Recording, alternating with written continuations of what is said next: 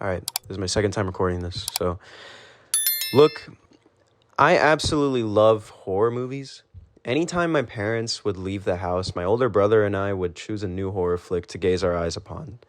Films like Child's Play, Friday the 13th, Nightmare on Elm Street were all a part of my childhood long before any Iron Man or Ant-Man had flown across my screen.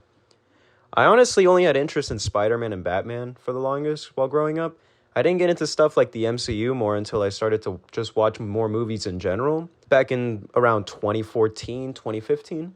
I wanted to take film more seriously, so I decided to start watching every new release, which around the time included Scream 4, which was unfortunately Wes Craven's last Scream flick, and his last film too. Scream 5 breathed new life into the franchise, and Scream 6 solidified this new era of Scream movies for this next generation of moviegoers that might not watch the older films. And it's a great continuation to everything that came before. And here's how. Scream 5 didn't have an easy job. Matt bettinelli-olpin and Tyler Gillette, hopefully I pronounced that right, had the task of continuing the essence that Wes Craven established with the first 4 movies, while adding new blood to the franchise. When I first watched Scream 5, I could definitely tell that it was directed by someone else. I wasn't originally that big of a fan of it until I started to kind of sit on it and think about it more. There was a lot more handheld camera work as well as different color grading, which I don't mind at all. It just wasn't what I was used to. It keeps everything fresh and exciting when revisiting these legacy characters. I will say that. It's nice seeing them under a different lens, especially Dewey. I really liked how his character is handled, and his exit from the franchise was very well done. What? You have to shoot them in the head, or they always come back. Dewey, who gives a fuck? I do. No, Dewey! Sidney Prescott does take more of a backseat in this movie, and she is just not in Scream 6, which is mostly due to her not feeling like she was getting paid the value that she brought to the franchise, which I completely understand. But I hate to say this, in a way, it kind of was a blessing in disguise because it really makes Scream 6 stand out on its own a lot from the rest of the franchise. And I feel like we've seen everything that could have been done with her in the past 4 movies. So, in my opinion, Scream 5 serves as a good passing of the torch. Scream 5 also incorporates another character that I just can't go without mentioning, and it's of course Billy Loomis. Look, there's no way I can't talk about it. Never would I have thought that Billy would have come back, but the way they went about it was absolutely spectacular. The reveal that Sam is his biological daughter in the 5th one is great and helps connect this new generation to the old. My eyes are glued to the screen anytime he pops up. I think the actor's name is Skeet Ulrich. Let me look it up real quick. Skeet Ulrich. Skeet Ulrich does a great job as Billy Loomis once again, and he acts like he hasn't stopped playing the character since the very first Scream. It was genius that his ghost was there to help her out in the final act. In a way, she's turning her demons into something good. Whether this will pan out very well by the end, we're not sure, but hey, I'm excited to see. This was the smartest way to bring his character back, in my opinion. I don't really care for the other killers that apparently influenced Billy in Scream 3 and Scream 2 and blah, blah, blah, blah, blah. But look, Scream 1 and 4 were always my favorites, and I'm just glad Scream 5 acknowledges those two specifically. And I'm glad Scream 6 even includes Kirby once again, which was an exciting addition to the cast. I really didn't think that character would come back, but once I heard Sydney was leaving, I kind of figured they had to bring Kirby back because I feel like she was very beloved in the 4th one, and it was always left in the air whether she lived or not.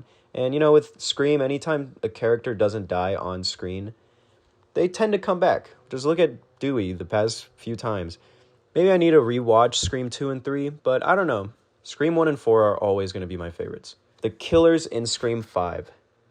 I'm not going to lie, as soon as I saw that Scream 2022 had the same girl from Once Upon a Time in Hollywood, I knew what was up. She's just perfect for these kinds of roles, and I really like the reference to Once Upon a Time in Hollywood.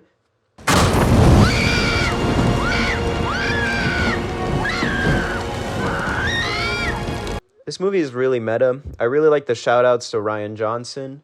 That's something I always really liked about this franchise, and I'm glad it's still a part of it till this day. I really like Richie and how the killers in Scream 6 are related to him. Both him and Amber are great together, especially Amber. Fuck you, Amber. I'm not the fucking killer! I know.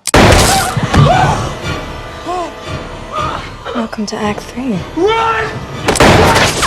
Her performance is great. The only dumb thing about this whole setup is that I feel like Randy's niece would have been able to tell that she was in the house her uncle got shot in and almost died in. I mean, maybe she was too high. I don't know. That could be the explanation. But even then, I feel like she would have noticed, even with being high. Chad is also just built different. Like, this guy has survived so many stabbings. I definitely see him outliving a lot of these characters. Probably going the same route Dewey did, not dying until they introduce the next roster, which I really hope the Scream franchise is actually able to end one day. I really think it should end with Sam Carpenter becoming the final Ghostface. I think it just makes sense, and I really hope the next movie, or the next two movies, are the final ones, because, you know what, I feel like if you keep dragging it out, it's too much, man. It's going to get stale. And the fact that it's kept momentum going, I mean, who knows? There are horror movies coming out every year. Scream has always served as a commentary on horror movies, and I'm sure there will be more tropes that they can call out, more cliches that they can make fun of, and just more stuff that they can basically outdo in their movies. Scream 6 is just absolute gold. The whole change in setting really brings new life into this series. Setting it in NYC was the best move because Ghostface could literally be anywhere. The opening scene is amazing. It's a great switch up from what we're used to. It left the audience on the edge of their seats, and it was nice seeing that one guy from Spider-Man Homecoming and Grand Budapest Hotel get murdered. It makes me think about the possibility of a Scream movie where we know the killer from the start. How would that be done, and could that be interesting? I feel like Scream 7 might do something similar to this opening scene, but full on. Who knows, though? Maybe it'll be Samantha Carpenter in the opening scene killing someone. I mean, I don't know. These directors clearly have a lot up their sleeves. And first of all, seeing Samantha Carpenter go to therapy was cool, too. You could see how uncomfortable she made her therapist, and it was really interesting to see. Correct me if I'm wrong, but the past Scream movies haven't really shown our characters go to anything like therapy. It was a nice change of pace, and I look forward to seeing this continue in the sequels. And Samantha Carpenter is definitely a favorite of mine. Seeing her become Ghostface at the end was great. And I really like Tara Carpenter. I don't think Jenna Ortega is given a lot to do in these movies, but I think with what she's given, she really does bring a lot to the role. Sydney's absence is once again, like I said, felt, but it's still addressed in a way that I think serves the story. It's more like a passing mention, like, oh, well, Sydney just isn't going to come by. Like, she's had enough. Like, she deserves her happy ending. And you know what? Yeah, I think Gail is right. I think Gail is completely correct in that. And I really hope Gail Weathers keeps coming back in this series, because I feel like if there should be one constant, then maybe it should be Gail Weathers.